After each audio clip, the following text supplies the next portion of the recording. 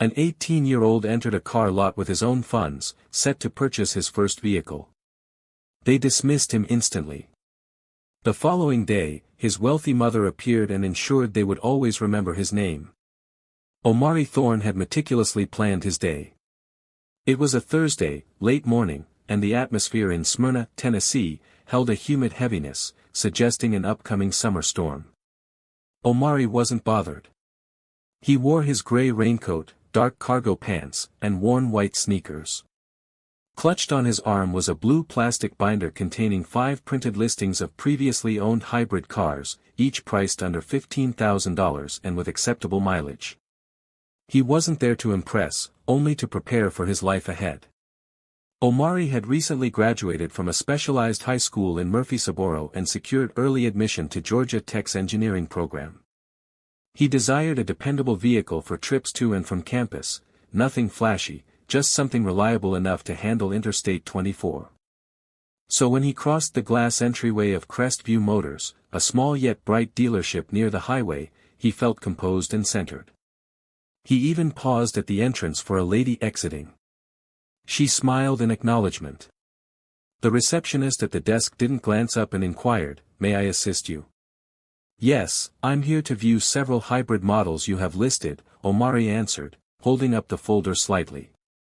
"I printed some out. There are a few Sonatas and a Civic I observed online."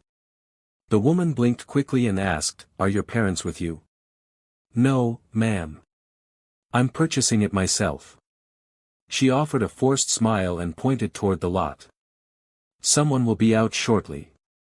But no one arrived. Omari stood near the sliding doors, gazing outward. He could see the vehicles lined up, clean and polished. The Civic was present, he confirmed it matched the VIN in the listing. He stepped toward it but halted when a tall man in dress pants and a red Crestview polo approached, blocking his path. "Are you lost?" the man inquired. He held a clipboard but didn't refer to it. His gaze was fixed on Omari's apparel and footwear. "No, I'm here to buy a vehicle," Omari stated again, extending the folder. The salesperson didn't even glance at it. "This isn't a place for loitering. If you aren't serious, we've had issues lately." "Issues?" Omari echoed, perplexed. "People arrive, examine cars they can't afford, take pictures, create problems. Do you understand?" Omari sensed a knot forming in his stomach, but he maintained a steady tone. "I printed several models from your site. I'm not photographing anything. I simply want to test drive." The man offered a strained laugh. "Why not return with a parent or someone who can discuss funding?" "I don't require a parent. I'm paying cash." "My name is on the account," Omari replied. "I've already spoken to my bank regarding it." "Listen," the man said, stepping backward, "I'm not attempting to be impolite, all right? It's just that people get notions, and at the moment, I don't have time for it." Omari didn't budge. He simply gazed at the man. His folder felt damp with perspiration in his grasp. "So you desire me to depart?" "I'm suggesting we're busy today. You can return another time. Or, preferably, try one of the used car places down the street. They might have something more in your price range." There it was. Omari didn't argue or shout. He simply glanced down at his folder, then back at the Civic across the lot, and gave a slight nod, not of agreement, but of comprehension. He pivoted, returned to his vehicle, and drove off. However, the staff at Crestview Motors were unaware of Omari Thorne's true identity. Omari didn't listen to music on the way back, only silence and the gentle sound of his windshield wipers as light rain began to mark his windshield. He wasn't the type to complain or break things. He processed things quietly, sometimes overly so. He took the extended route home, passing the old park where he and his cousin Elijah used to race their bikes, past the small library that still displayed posters from last summer's reading campaign on the window. Familiar streets, familiar calmness. Yet this time, he felt transformed, as though the asphalt beneath his tires wasn't as firm as before. When he pulled into his driveway, he simply sat for a moment, hands still on the wheel, gazing at the rain-streaked glass. Inside, the house smelled of lavender and black coffee. His mother always claimed those were the two fragrances that made her feel in command of the day. Omari removed his shoes at the doorway, still quiet, and proceeded to the kitchen. He opened the refrigerator and poured himself a glass of water. Dr. Ayanna Thorne was upstairs on a conference call. Omari could hear the cadence of her voice from her home office, calm, measured, and assured. She was the kind of woman who could address the CDC board one day and bandage her son's injury the next. When she descended later that evening, she discovered him in the living room, seated on the sofa with his laptop open and his folder by his side. "Locate anything you liked?" she questioned. He hesitated, then stated, "I went to Crestview. They had some suitable options." She sat across from him. "Did you test drive anything?" "No." Ayanna tilted her head subtly. "Why not?" "They instructed me to." Ayanna hadn't always been a woman who could walk into a dealership and make grown men freeze mid-sentence. That kind of composure, that kind of power, it was built, not born. Forged through pressure, sometimes pain, and always clarity. She remembered standing in line for reduced lunch as a child in Birmingham. Her mother worked nights cleaning offices. Her father was gone by the time she turned 6. Ayanna was the quiet girl who read science books in corners and borrowed anatomy guides from the public library when other children were sneaking off to smoke behind the gym. People underestimated her constantly. Called her aggressive when she spoke directly. Said she was too serious when she didn't laugh at bad jokes.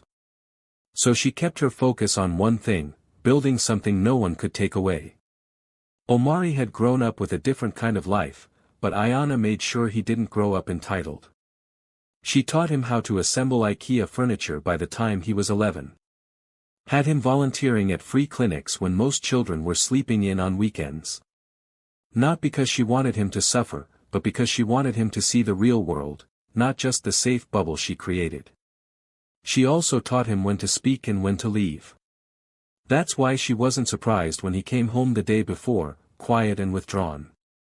He had learned how to contain his anger, not because he was weak, but because he was raised to know that sometimes silence resonates louder than rage. What bothered her most, though, was how quickly he'd accepted it. Not because he didn't care, but because he was accustomed to it. That thought lingered with her all day. The notion that her son, with his 3.9 GPA, his early acceptance to one of the best tech schools in the country, and his genuine calm nature, had already made peace with being treated like a threat. Ayanna recalled when he was 10, and a neighbor across the street called to report a suspicious boy walking through yards. That boy had been Omari, walking home from basketball practice with his gym bag and science fair project under his arm. She remembered the police car pulling up, and Omari sitting quietly on the curb, just waiting. Not scared, not confused. Just tired. Even back then, she never told him this, but that was the night she started researching security systems. Not to keep people out, but to protect him from being misjudged. She knew the world wouldn't always offer her son the same grace she had worked for.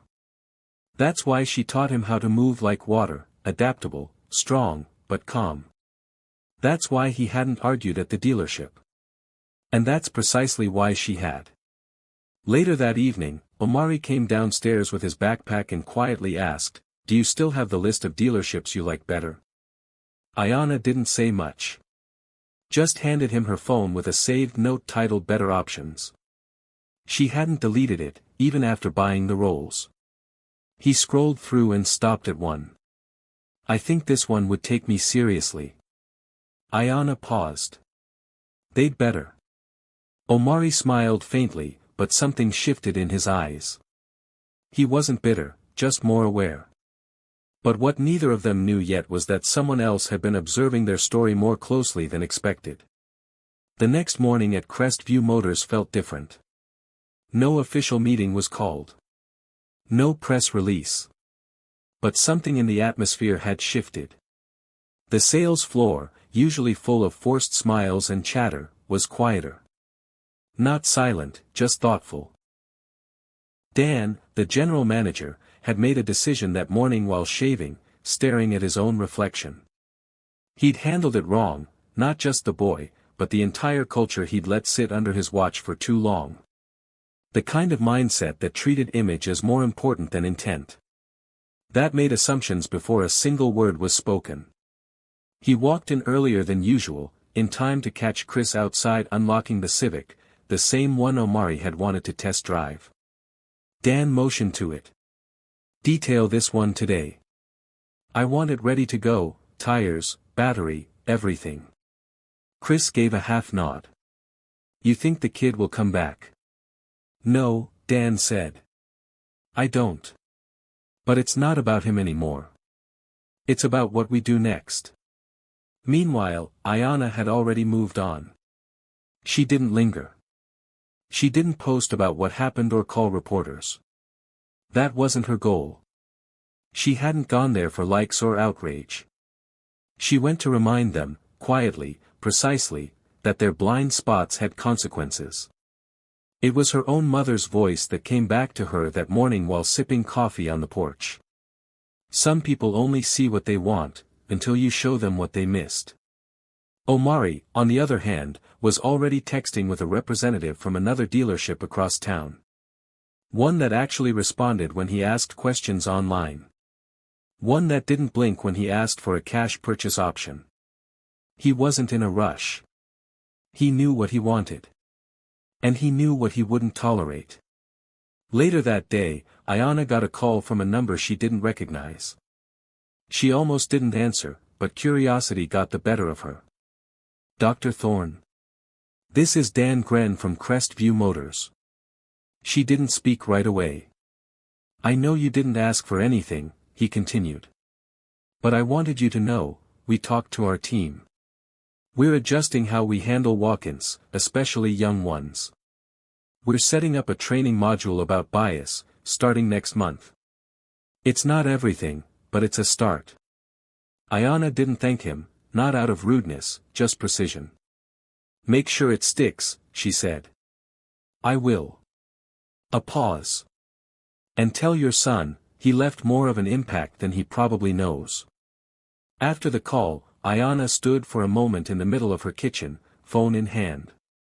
She wasn't the kind of person who needed validation, but something about that conversation settled things. Not just because someone finally admitted they got it wrong. But because they finally wanted to get it right. That evening, Omari came in from the garage holding a key fob. "Think I'm going with the Sonata," he said. Ayanna looked up from her laptop. "From the second place?" He nodded. "Guy there walked me through everything. No weird energy. Just facts. Felt different." She smiled. "You like it?" "Yeah. It's not flashy, but it's solid." "That's you," she said. He paused and asked, "Did you say something to them?" She leaned back slightly. "I had a conversation." He raised an eyebrow. "Like a serious one?" "I wasn't there to yell," she said. "Just to remind them who they missed." Omari took that in, then smiled, slow and genuine. "Thanks." Ayanna shrugged. "You thanked me by not letting it change how you see yourself." But what they both knew, without having to say it, was that silence isn't weakness. It's strategy. And sometimes, the loudest message is delivered in the quietest voice. A week later, the sedan sat in the driveway, its paint still shining from the final dealer polish. Omari had already taken it on a few drives, nothing long yet, just around town. Back roads. A few parking lot turns to get the feel of it. He liked the way it handled. Quiet. Steady. No attention, just performance. He didn't say much about the Crestview experience after that. Not because he'd forgotten, but because it didn't define the outcome. The lesson had already settled into him like water and soil, absorbed, not evaporated. Ayanna noticed it too, in small ways. The way he carried himself when they went out. The way he double-checked his bank app before making a purchase. The way he asked her if he should wear a collared shirt when they visited a different dealership later that month to help his cousin look for a truck. He wasn't trying to be someone else. He was simply adjusting, like she had so many times before. They never needed to sit down and have a heart-to-heart. That wasn't their style. Their conversations lived in the in-between. In the glance across the kitchen. In the quiet nod when something difficult was said without being said. One evening, while Omari was helping his cousin practice parallel parking, Ayanna sat at her desk going through some grant proposals. Her eyes landed on a photo taped to the corner of her monitor, Omari at age 9, holding up a science fair ribbon, beaming in a shirt 2 sizes too big. Behind him in the photo was the family's old Honda Accord, the one Ayanna had driven through med school and most of her early career. It wasn't the ribbon that made her smile. It was the look in his eyes. He'd always carried potential. And now, he carried proof. Not of wealth. Not of revenge. But of knowing who he was, no matter what anyone else assumed. A few days later, she got an envelope in the mail. No return address. Inside was a handwritten note on simple white stationery. "We're doing better now because someone reminded us why we have to. Thank you. Crestview Motors." She folded it carefully and slid it into the back of her planner. Not because she needed to remember them. But because she wanted to remember that sometimes, people can change, if they're made to see what they've ignored for too long. That evening, she told Omari about the letter. He just chuckled and said, "Guess they finally figured it out." Ayanna looked at him. "You figured it out a long time ago." He gave a small shrug. "Still feels good, though." She laughed. "Yeah. It does." Outside, the sun was slipping behind the houses across the street, casting long shadows across the driveway. Omari stood by the car for a moment, arms crossed, just looking at it. Then he opened the door, slid into the driver's seat and started the engine. No music. Just movement. No one watching but the people who mattered. And in that moment, it was clear. He didn't just get a car. He got something bigger. Self-respect. Clarity. The knowledge that quiet dignity speaks louder than noise. That how the world sees you doesn't define how you see yourself. That sometimes, the best kind of power is walking away without losing your voice. Stories like Omari's happen every day. And not all of them have a Rolls-Royce pulling into the lot. But each one carries a choice, for all of us, to pause, to rethink, to see people fully before deciding who they are. If you felt this story, if it made you reflect or reminded you of someone you know, share it. Let others feel it too. And don't forget to subscribe. More stories like this are coming. Stories that speak quietly, but clearly. The rain had come and gone in Smyrna. The streets glistened under the afternoon sun as Omari drove his new sedan through familiar neighborhoods. The car smelled of fresh upholstery and possibility.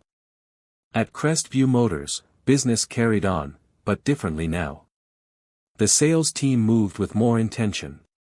Dan had taped a single note to his office wall: "Ask about the name before you assume the worth." Chris, the salesman who turned Omari away, found himself pausing whenever a young customer entered. He'd catch himself mid-assumption, then step forward with open hands instead of crossed arms. Back home, Ayanna sat at her kitchen table, the unopened mail stacked neatly beside her.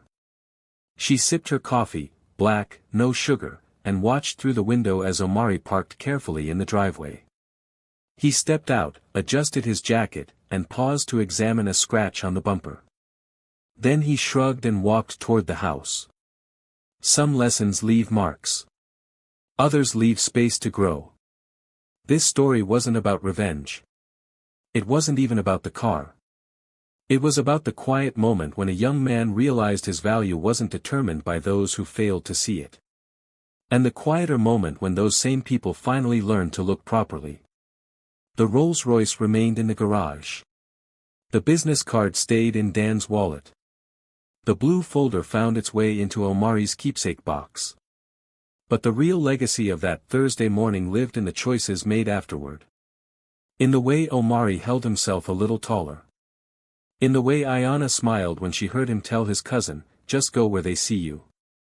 And in the way an entire dealership learned that sometimes, the most powerful statement is simply treating people like they belong. Because everyone does.